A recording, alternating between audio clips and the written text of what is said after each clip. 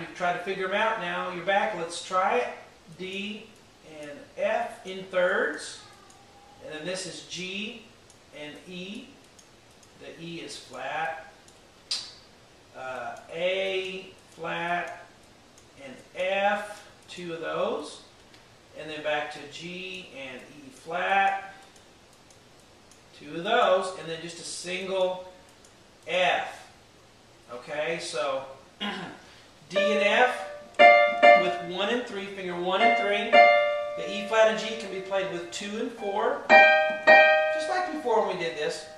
And then F and A flat with 3 and 5. Get up and there, slide in between. Back to E flat and G with 2 and 4. And then the F with the, the 3 finger.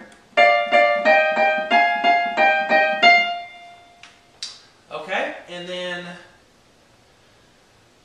right here on the right hand, we're back to the way we did it the first time. The C and A. So I won't teach that again. We've already talked about it. This is kind of blues boogie-woogie, and you'll find lots of repetition in the music when you play this kind of a thing. Which is good for us, huh? Because then we have less to learn. We learn a few things and then repeat it over and over. Okay, so bum, bum, bum, bum.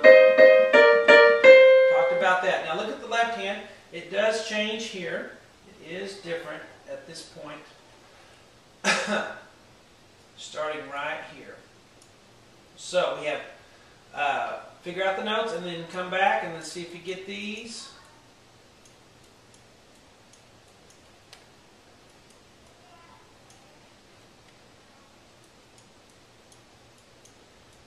A, G, E, B flat,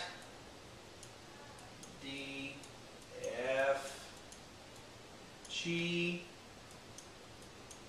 A flat, G, F, D, and then a low F to end it. All right.